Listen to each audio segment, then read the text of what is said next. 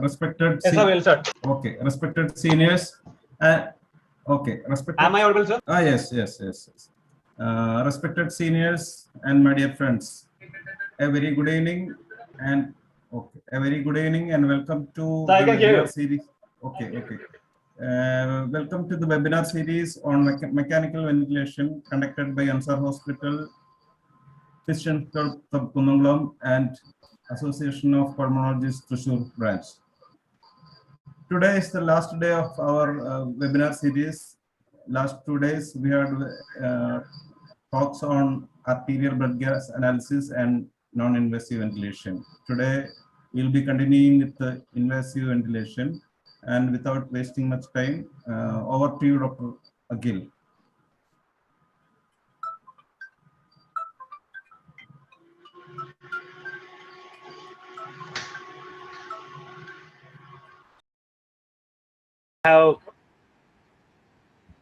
We have went through a few slides last night. We have went through what type of ventilator breaths are there and what's the difference between volume supported and pressure supported modes and different modes which are commonly available and the main waveforms. Here we are starting from here. So to understand the best pressure mechanics, it is better to there's an inspiratory hold switch in the ventilator. So if we put an inspiratory hold, it will hold the patient's breath in the inspiration and it will give a static graph. So that static graph will give the pressure mechanics. Now here we see the maximum pressure that is there is the peak inspiratory pressure, and just down to the peak inspiratory pressure is the plateau pressure. And from the baseline we can see is everything is above the PEEP level. So we have three pressures here, which we can notice especially in the inspiratory pause. So PEEP to start with, and then a plateau pressure, and then a peak inspiratory pressure. The difference, that delta P, that is the difference between the PEEP and the plateau pressure, is the driving pressure. So the driving pressure. So the driving pressure is what the pressure being delivered to the alveoli, and this pressure shows the lung compliance. Okay, so this pressure goes up. We know that the lung compliance is bad, or we are delivering too much pressure to the alveoli. Raise the peak. They have increased from 5 to 7, and suddenly we see that the driving pressure has shooted more than 15, like 17. That means that PEEP is not helping us in recruiting the alveoli and increasing the compliance. In fact, it's worsening by giving extra pressure. So those people who don't improve whose driving pressure are not improving with the PEEP, they're called non-responders. So in such patients, there's no point giving higher PEEPs. And also it will be helping the optimizing the tidal volume. Same way, we can always looking at the driving pressure and decide the tidal volume. So driving pressure is around 10, then we can go upon the tidal volumes and then see. And if the driving pressure is going up and going beyond 15, let's say if you are giving tidal volume like 4 ml per kg and starting, and driving pressure is something like 10, and then we can increase the tidal volume to 6 ml per kg and see what's happening to the driving pressure. So if the driving pressure is going within the limits, we can give that much of tidal volume. But suddenly if we increase from 4 to 6 ml per kg and the driving pressure is going like above 15, that means that extra lung compliance is bad and that extra volume is going to harm the lung, and we should not be giving it. The volume time scalar, the only point, the extra point that will be given from the volume time scalar is to look at the air leaks. So if the volume graph is not touching the baseline, that means so much of air leak is happening. Otherwise, we won't be using this volume time scalar for anything else. So there's something called recruitment maneuvers. So severe ARDS patient, we can try recruiting the alveoli, because nowadays the recruiting maneuver is not there in the must guidelines, because that's taking a chance. So if the patient is hemodynamically unstable or crashing, don't try to do a recruitment maneuver. If oxygenation is the issue, but he is a stable patient, then try a recruitment maneuver and see, because we have to give a high pressure and recruit the collapsed alveoli. The point is we might need to give a higher pressure to open up the alveoli, but to maintain the opened alveoli, we don't have to give so much of pressure. So if the patient is on pressure control mode, we can straight away go to recruitment maneuver. So this is done if there's no other way to go. Otherwise, don't try the, no need to try the recruitment maneuver. So if the patient is on volume control mode, for the time being, we need to change to pressure control mode. We will give a high pressure control with 40 centimeters H2O for 30 seconds. Don't give for more than 30 seconds. Sometimes people might go for 1 minute, 2 minutes, and that will harm the lungs. That will destabilize the patient also. So give 30 seconds, and then increase the PEEP by monitoring the driving pressure and give a maximum PEEP. And it's sorry, that's a recruitment maneuver by pressure control. Give 40 centimeters H2O for 30 seconds and then bring it back to the previous ventilator settings and continue. Other one is by increasing the PEEP by monitoring the driving pressure. So look at the driving pressure and keep increasing the PEEP and give a higher PEEP to recruit the alveoli. Another physical function is by prone positioning. So before starting the ventilator values, about the intubation, we need to plan, prepare, protect the cervical spine, position the patient, pre-oxygenate him, give pre-treatment if required, paralysis and induction, and get the proof of placement by using the set and later with an X-ray, and post-intubation management is on the ventilator. So this is for the fast intubation process. So we should take only 10 minutes. So starting from the preparation 10 minutes, we 5 minutes pre-oxygenation and pre-treatment and paralysis. I'm not going to the details as we are running short already. And induction agents are there, we can be used. Remember, some are for the total body weight and some are for the ideal body weight. Neuromuscular blockers can be used for relaxing the muscles. And now ideal body weight. So to start a ventilator, we should know the ideal body weight of a patient, not the total body weight, because our entire ventilating process depends on the tidal volume, what tidal volume we need to deliver. All the entire ventilation depends on what tidal volume we need to deliver, and this tidal volume is calculated based on the ideal body weight, not the total body weight. Because when we say 6 ml per kg, let's take two people. One is a tall person, tall lean person, and next is a short, comparatively fatty person, and whose lung will have a larger volume. The lung volume will be larger for the tall person, because he's tall and his lung also will be of that much size. And this short person who is heavier will be having shorter lungs. So if we put 6 ml per kg, the heavier person will get a higher volumes, but his lungs is of not that much of capacity, and that will go body trauma. And compared to the other person, he might be thin and tall, but his total body weight will be less. And when we put the tidal volume according to that total body weight, that means he won't recover his actual tidal volume. He won't get his required tidal volume. So there's a calculation: 50 plus 2.3 into height in inches minus 60 for males, and 45.5 plus 2.3 into height in inches minus 60 for the females. But that means if a patient is there, don't look at the patient, say, oh, he's around 60 kg, let's start him, put him on, take a weight of 60 kg. So that is almost like a sin, because when we start with that arbitrary total body weight, ventilation is not going to do good for that patient. Instead, it will do harm also. So if you don't want to put this formula, best thing is to take a total height with the tape. Immediately take a measurement of the height of the tape, and minus that height in centimeters, minus 100 is the ideal body weight in male, almost, and that height in centimeters minus 110 is the ideal body weight in females. Okay, so basic settings. The mode preferably it's a pressure controlled ventilation. Pressure control or pressure support. If patient is taking proper breathing with spontaneous breath, we can give on pressure support, or immediately we need to totally take over for some time, we can give pressure control and they later shift to pressure support. Why pressures are more favored than volumes? Because pressures, as we have seen, it's mostly depending on flow, the rise of flow, even the change is basically on flow. So it is a lot of sort of adaptive setting. So patient also will be incorporated in that, because it depends a lot on flow.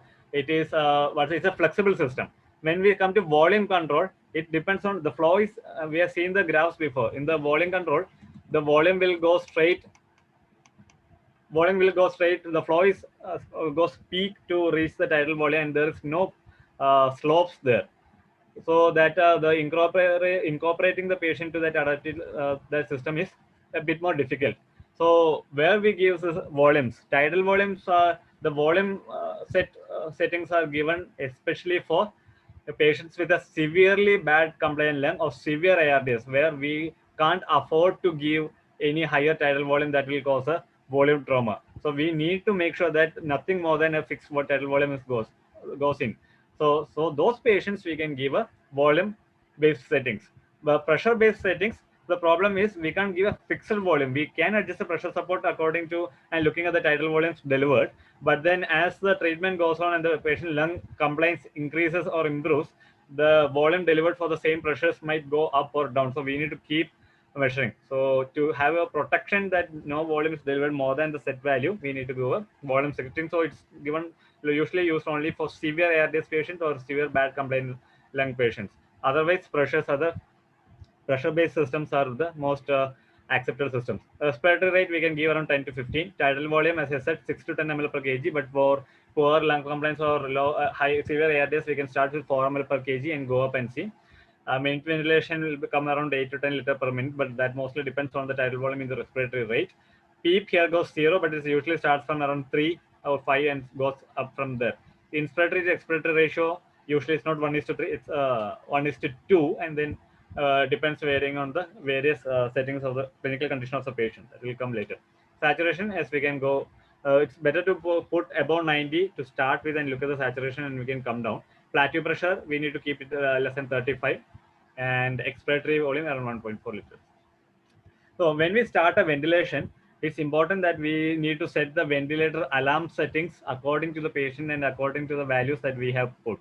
Because the ventilator alarm settings, which are the default settings, might be different, because we know that we need to give a higher pressure to maintain around 6 ml per kg tidal volume for this patient. We know how much pressure is required. So we need to set a pressure according to that.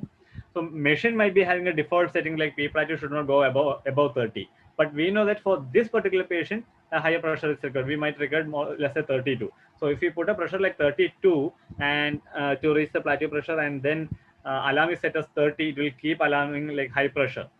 So we need to set the alarms according to our requirement. So high minute ventilation should be kept around 10 to 15% more than the set or target minute volume. Low minute ventilation 10 to 15% lesser.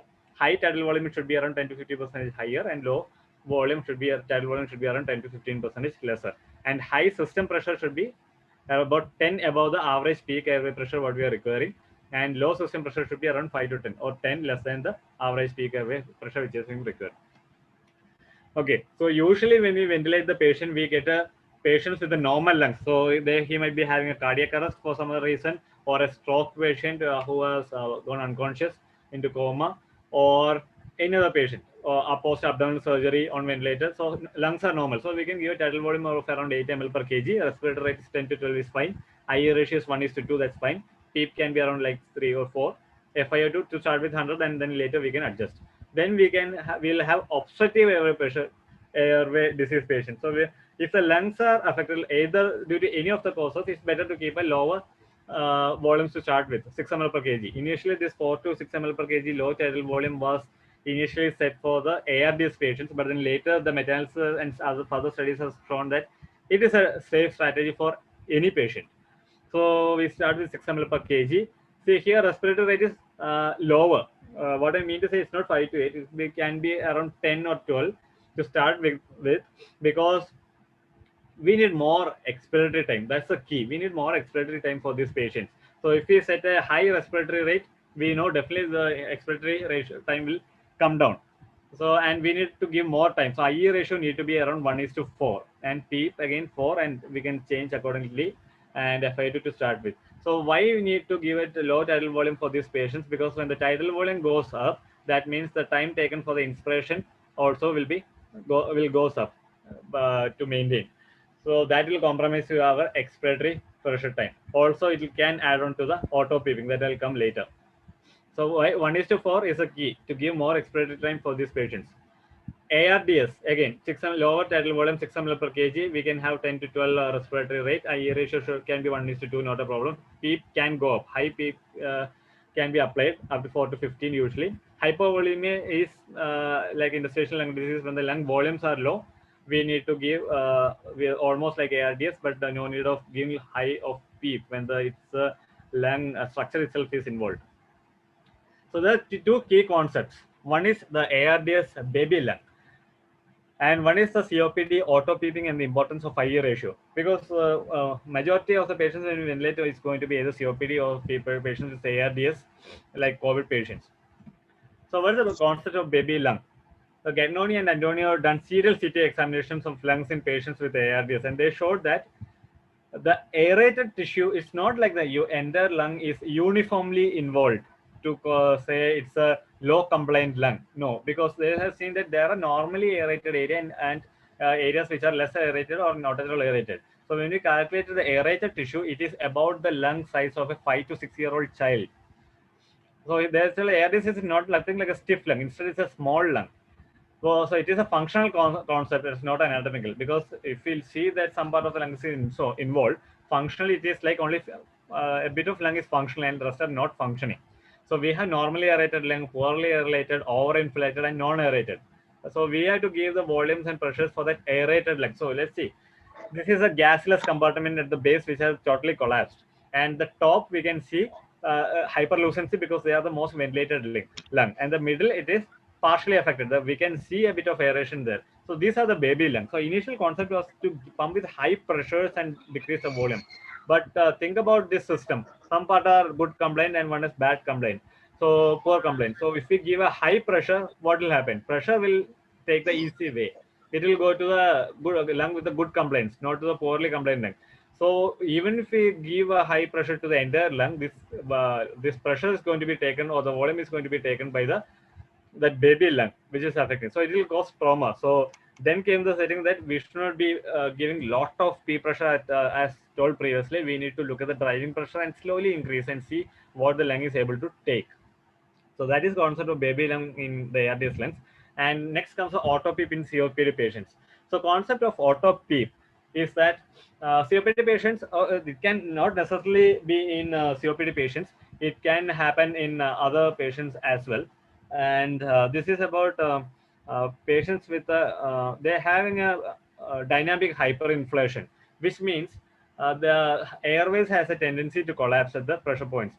So when we give lot of volume and during expirating out, this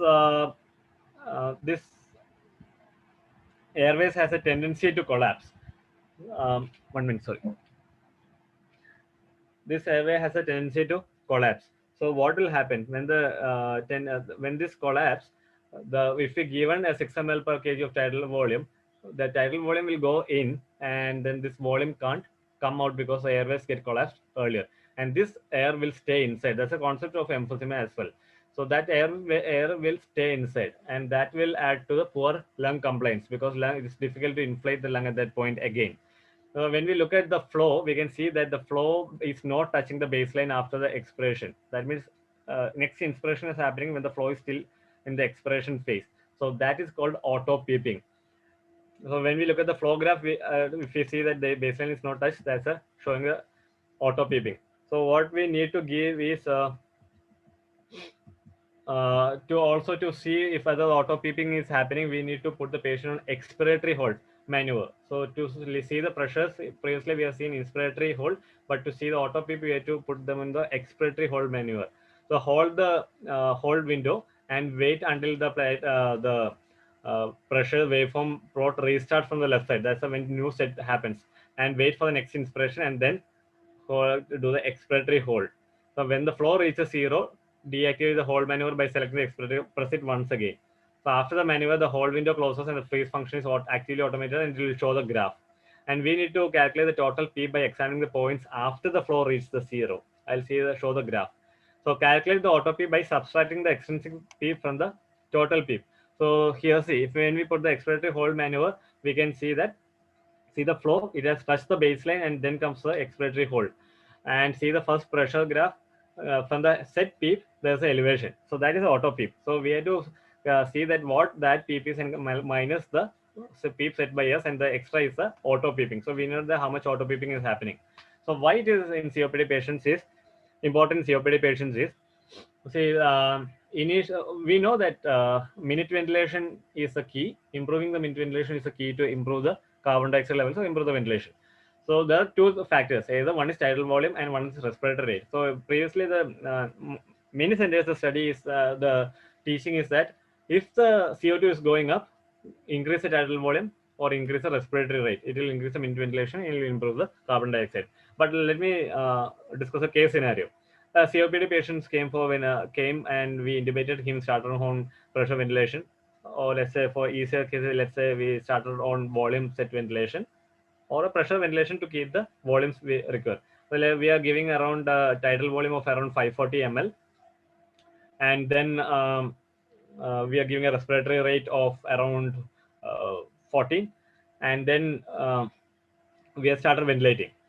And after 1 hour, we took the ABG. We have seen that PCO2 has gone up from 60 to 80. So what we did, we increased either we can increase the tidal volume from this 500 to 550 ml, or we can increase the respiratory rate from 15 to 14 to 16, and then we expect the CO2 to come down.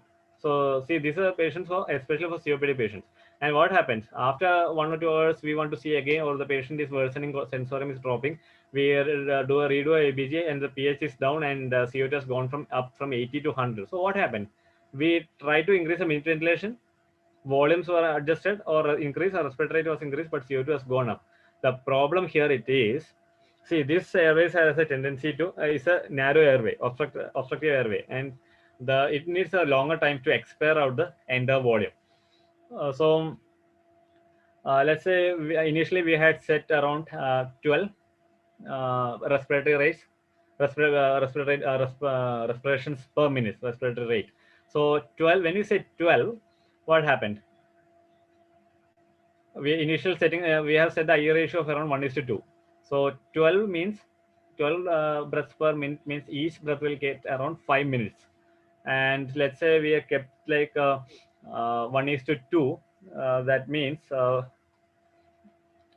around, let's say 1:4. So we kept like 1:4, and so the inspiration is around 1 minute and expiration is around 4 minutes. Now we have increased from 12 to 15. So each breath will get 4 minutes instead of the previous 5. Of that, same around 1:4 ratio, the inspiration will take the equal time. So the time for expiration will come down again. So that's why when we increase the tidal volume or the respiratory rate per se, and tidal volume same. If the tidal volume we increase, the lungs will take more time for the inspiration to fill that to reach the tidal volumes. So if we increase the tidal volume, and also it will increase the autopip, because if we put lot of air and we are not giving enough time to take back that air, there will be air trapping inside and leading to autopipping. So the increasing the tidal volume and increasing the respiratory rate is not the key to ventilate the COPD patient. We need to adjust the inspiratory time. We might not be able to adjust the IE ratio for a patient, but then we can set the respiratory rate and adjust the inspiratory time to so that the IE ratio keep changing and adjust till it reaches the 1:4 ratio. So ventilator alarms. We need to know why an alarm is ringing, and just switching off the alarm button is not the answer for the alarms. We should know, or the staff should, or everyone who is handling the ventilator should know why the ventilator is alarming. And frankly speaking, the most commonly used key in the ICUs on a ventilator is the mute alarm button. Mute for 5 minutes, then it won't ring for the next 5 minutes. Because after hearing a lot of alarms in a busy ICU, we might get tolerated or auditory adapted to that tone, and we might not just changing it at all. So this we need to know why the alarm is ringing, and if we don't know why the alarm is ringing, then don't mute it, because somebody else will pick it up. So if the alarm is of high pressure, that means pressure required to ventilate is exceeding the preset pressure, and potential causes are maybe there's a pneumothorax or excessive secretions in the airway, and the lung compliance has gone bad. So the secretions should be sucked out.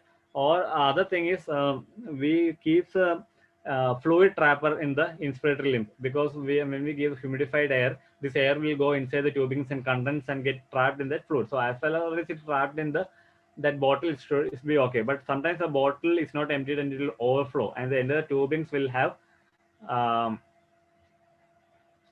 the fluid in that. So, and that will cause um, the high pressure system. Or if the patient is biting on the ET tube, again that will cause a high pressure. So we need to know what's happening. So where is the key? When there's a high pressure alarm, see the respiratory graph and see what's happening, whether the plateau pressure is going up or the inspiratory pressure, the peak inspiratory pressure. If the peak inspiratory pressure is going up, that means the pressure is happening in the airways, either biting or severe bronchospasm is going on, and we need to give on steroids, or we need to give bronchodilators, or the secretions is blocking the tube, or the or the tube has gone into one lung and it is restricted. The pressures and volumes are restricted there. Or else, if the plateau pressure is going up, we need to know what's happening with the lung. Maybe a pneumothorax or the lung complaints have gone bad, or there's a pulmonary edema setting in. So low pressure resistance to the inspiratory flow is less than the preset pressure. Usually happens when it is dislodged or disconnected from the ventilator. Usually it's not this one alone. There will be high pressure, low tidal volume, or low pressure, low tidal volume will give extra clue to what's happening. And low exhale volume. So exhale volume is dropping than the preset amount. That means there's a leak in the system, and this volume of air is going somewhere else, and there's an increased airway resistance. Again, the exhale volume will drop, or there's a decreased lung compliance. The apnea. So when we set the apnea rate and if the apnea alarm is ringing, that means the patient is not breathing in. Maybe he's going to fatigue, or we are giving over sedating the patient, which are depressing the respiration.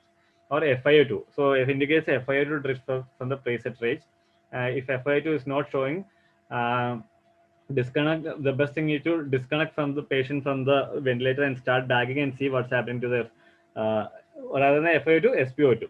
So if FiO2 alarm is ringing, the most probably the machine sensor is gone, or the oxygen reaching the machine is bad low. We need to make sure that oxygen cylinders are changed, and in that case, immediately we need to disconnect from the patient from the ventilator and start bagging. And if it's a low saturation is happening suddenly, otherwise the things are fine, or some pressure alarms is ringing and SpO2 is falling, the first thing to do is disconnect from the ventilator and start bagging and see. It will give a lot of clue. If you start bagging and the air is not going inside, then we know that there is some problem with the airway, some obstruction happened, maybe a mucus plug. So otherwise, if we are bagging, the air is going inside and saturation is coming up, then we need to know that the problem is with the ventilator or with the tubings.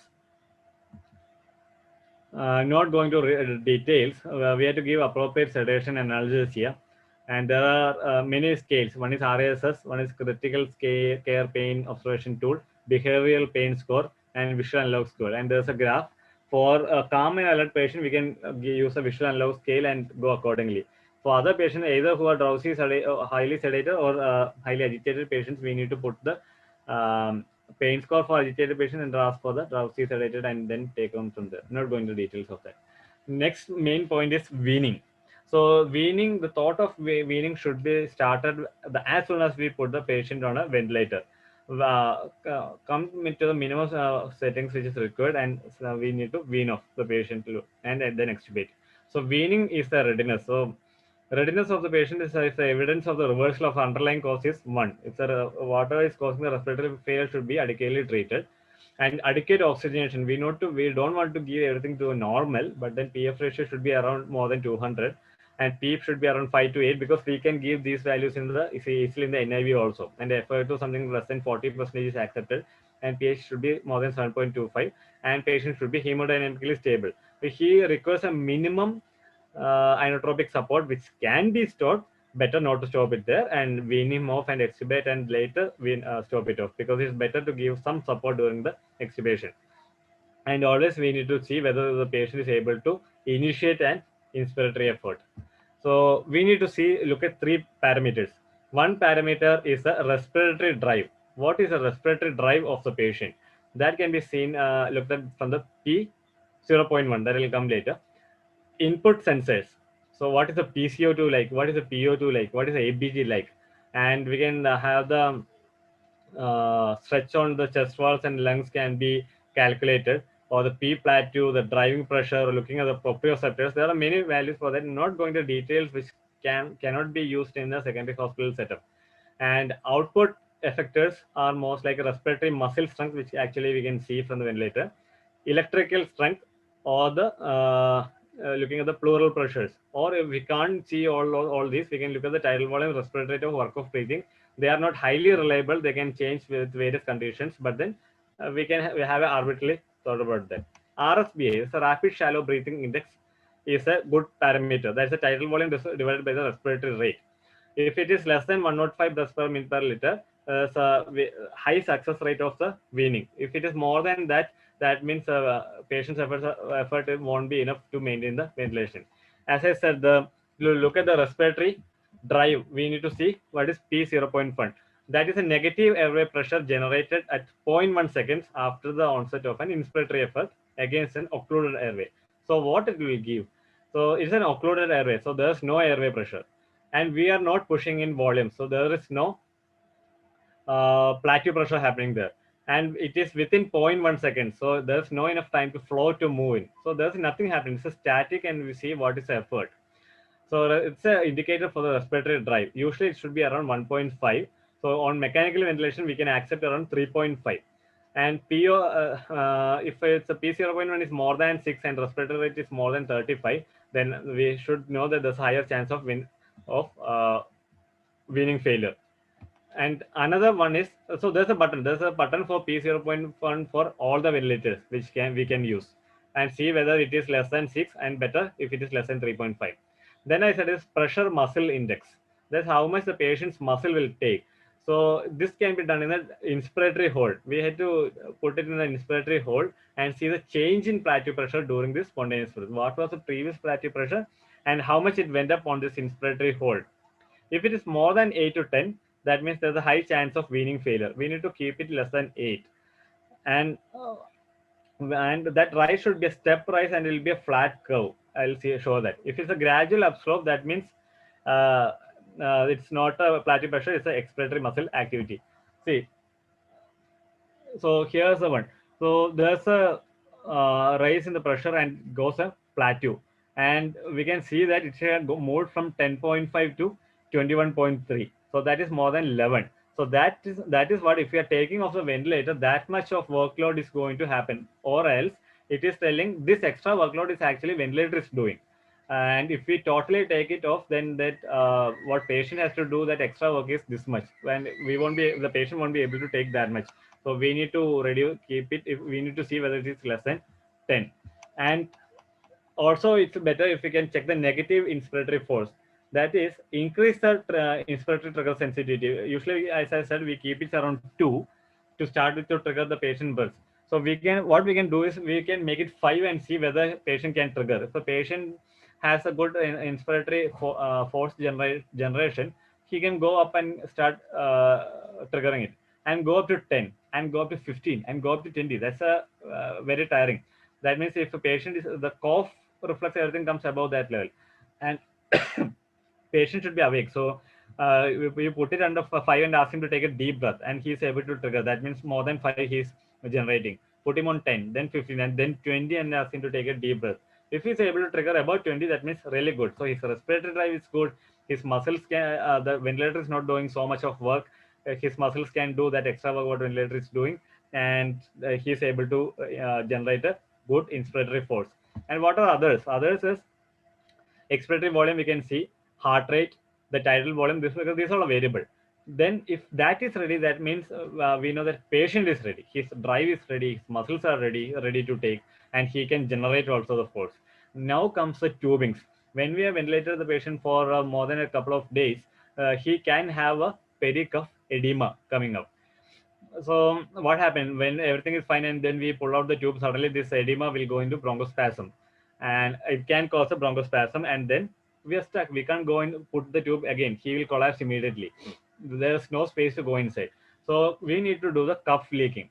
Cuff leaking is, we can deflate the bulb of the ET tube and then see what's happening. And we need to put the stet at the tracheal region and auscultate. If there is so much crux there, that means that whatever tidal volume we are giving is leaking around the tube. That's a good sign, because we deflated the cuff. if we deflated up and still there is no sound, that means even though we deflated, the bronchospasm is there or edema is there, which is still holding tight to the ET tube. And also look at the tidal volumes when we deflate. Tidal volume should go down. As a result, respiratory rate should go up, and pressures also must go down because it's leaking there. And if nothing is happening, it's not a good sign. It's a bad sign because bronchospasm is there. If bronchospasm is there, it's better to put him on some steroid, hydrocortisone, 100 mg 6 hourly or 200 mg. Give 2 shots at 12-hour interval, and then try again after 24 hours. So we know that patient is almost ready, but then we may need to make a double sure that we can pull out. So we can give a spontaneous breath test. It's of around 30 minutes trial. It's all called the weaning trial. We can do it like two ways. Either in the same pressure system, we can decrease the PEEP to 5 and pressure support to 5 to 7 on ventilator, or put on TPs. But TPs is the most preferred thing because in the ventilator, we say give a PEEP of 5 or pressure support of 5 with an idea that the previous teaching was that our own vocal cords will give a PEEP of 5. So when we intubate a patient, we are taking away that PEEP. So we are supposed to give a PEEP of 5, so that when we pull out the tube anyway, that PEEP 5 will be given by the vocal cords. And pressure support of around 5 to 7, thinking that we required that much of pressure to that much of pressure is okay to give the ventilator because of the tubing and all. But it's not the way, because the pressure transducer studies have shown that vocal cord is not giving any sort of PEEP because it's just an open system. It won't give a PEEP usually, so that 5 we don't have to give, and the pressure support of that 5 to 7 also we don't have to give. So a better thing is to, if we see that the drives are okay, muscles are okay, is able to take that extra work, put him on TPs and try it for 30 minutes whether he is doing better. A bit of down will be there because of the ET tube will be giving it a dead space extra, and he may need to give extra force to take that volume. So TPs, if he's holding for 30 minutes, we know that he might hold on. So what all we need to do, check during the spontaneous breath timing, we need to see that adequate gas exchange is there, saturation is more than around 90, PO2 is around 60, pH is 7.32 above, PCO2, there is no increase. This is what I'm telling. PCO2 might go up, but then that's okay. PCO2 can go up to 10 because we are giving extra space. But we don't have to do ABG and see all this if the patient is doing better, saturation are maintained, and he's comfortable. And hemodynamically stable heart rate should be within the range of a sinus tachycardia, like 140, not changed by 20% when we put on the SBT, and systolic blood pressure hasn't shot more or not more than 20% of its usuals. No pressures are required during extra pressures required during this SBT, and respiratory rate can go up, but should be around less than 30 to 35, and not more than 20% of the baseline. And subjective is the patient is having a good mental status. The onset or worsening of dyspnea is not there, as no diaphoresis because of the increased work of breathing, and increased work of breathing is not there, not use of accessory respiratory muscles. Then we are ready to go. Then we can pull out. But the point is, even if we do all these things and pull out the tube, still the patient can go to respiratory failure, and there's a chance of reintubation. Around 20% can go to reintubation even after we do all these things. So we should be ready to reintubate a patient when we are extubating. Or another thing, what we can usually be done is extubate and put him on NIV with the minimum supports, and then give him time for his muscle to him to take the control, and then slowly weaning off from that. So this is grossly what we can immediately do coming to weaning. Thank you.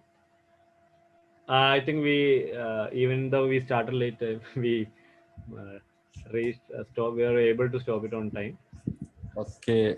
Thank you, Dr. Agil. That was an elaborate presentation, and I appreciate your hard work. The topic is open for discussion. Any questions, please ask. There is no question in the chat box. Is there any questions? Please ask.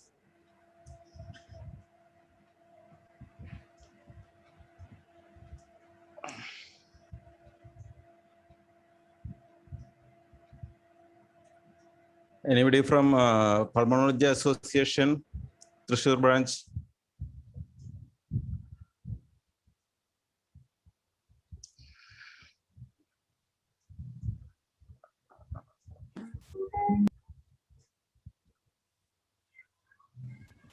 anyone from Physician Club Kundangulam? Will you explain the ventilator setting in each case scenario? Like, for example, COPD, ARDS, pneumonia, neuromuscular weakness. Yes, sir. That's what I. 1 minute. Yeah, this is the arbitrary ventilator setting, as I said. Because we can either set a tidal volume, but we usually don't put a tidal volume settings. We can adjust the pressures and to maintain this tidal volume. If we need to totally take over, patient is not that much stable, we can do patient control, the pressure control, or if the patient is spontaneously breathing and is stable, and we can put on pressure support. This is arbitrary, but then there's the hypovolemia is generally for this neuromuscular disorders, or when the ILD, when the lung volumes are really bad. This setting is of volume targeted or pressure? This is That's what, sir. We need either way. We need to give a tidal volume of this much. Either we can give by giving setting a tidal volume, calculate the volume per se in the volume setting, or we can adjust the pressure support to get this volume, and slowly go up on the pressure support from 5 by 2 to 7 or 10, and then 12, and then gradually go up and see how much volume been delivered. And if at a pressure, let's say when I reach 15, the required volume is being maintained, I can stop it there. We can stop it there and set it there. And pressures. And as I said, it's better to use pressures because it is a highly adapting mode, because it mostly depends on the flow, and patient compliance is also good. When we go to tidal volume, it's a cut and write setting. Should be given this much and don't take it off. There's no much of adapting there. So in severe ARDS patient, where we don't want to give any volume at a given point of time rather than a set time, we need to go by tidal volume, the volume setting. Dr. Akhil, there are a few questions in the chat box. Yes, Shall I ask you? Okay. Yes, In COVID, SRDS, when will you think of tracheostomy and continue ventilation if weaning is difficult? Yeah. So in COVID SRDS. The thing is, one, we need to consider the risk of a tracheostomy there, because tracheostomy per se is a aerosol generating procedure. And as we know, this what we are seeing is the unlike other ARDS, this is the COVID ARDS patient don't go for, most of them don't go for a prolonged ventilation like in other patients. So and the patients who are severely ill usually crashes before that. So unlike other, let's say if for to compare with the non-COVID patient, we know if we know that ventilation is going to happen for more than 2 weeks, usually we can tracheostomy even if on the second day or third day, or we can wait for 7 days and do it. For ARDS patients, what I felt is it is better to wait on giving a rather than going for a tract, because they usually improve. I think there are doctors who have managed so much of COVID patients who have gone to the ventilators per se, who are here. If they are there, they can contribute. Okay. Next question is how to tide over the poor lung compliance. See, first and foremost is whatever being the ventilation, what we are giving is not a treatment. It's just that we are buying time for whatever be the reason. We can't just set, okay, I have set giving a good ventilation, so we'll wait. No. What is the underlying problem? That's the first question. If it's the ARDS or it's the COVID, we need to treat that. That is what's going to increase the lung compliance. Second thing, to improve the lung compliance, we can do various recruiting maneuvers.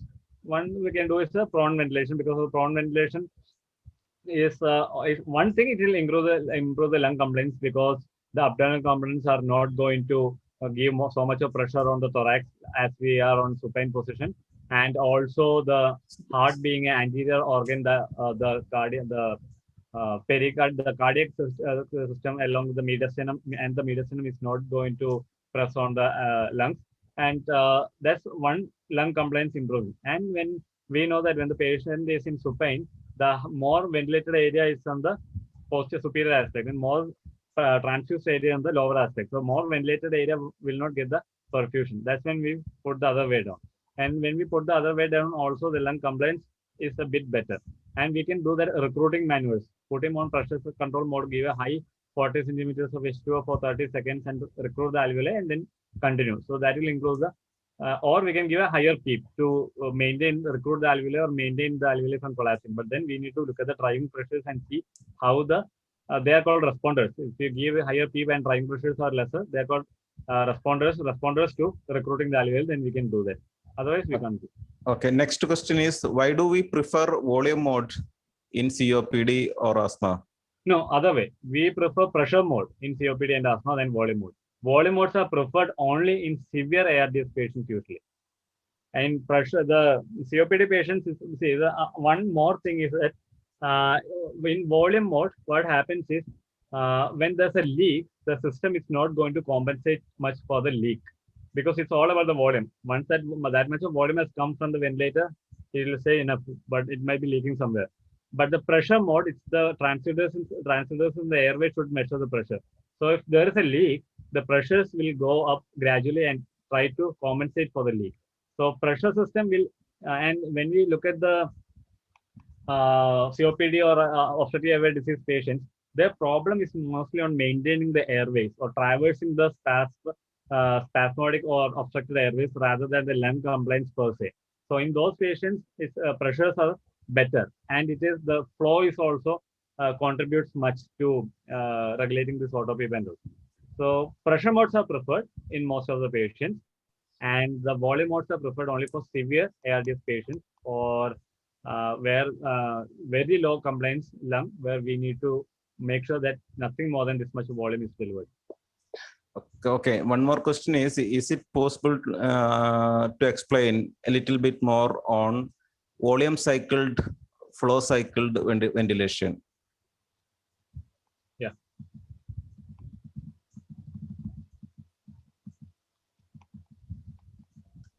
See. They want you to explain a little more on volume cycle and flow cycle ventilation. So when does a volume cycling happen is when we set a volume on a pressure.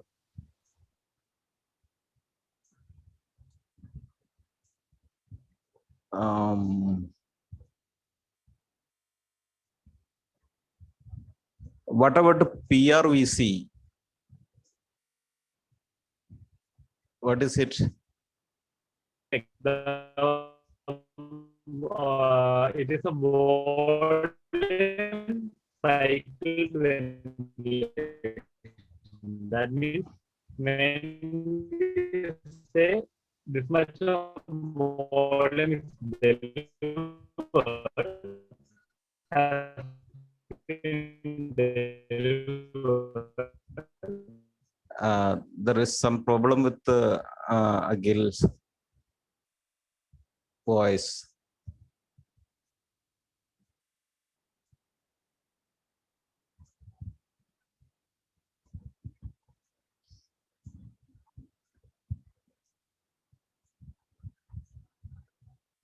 Agil, are you there?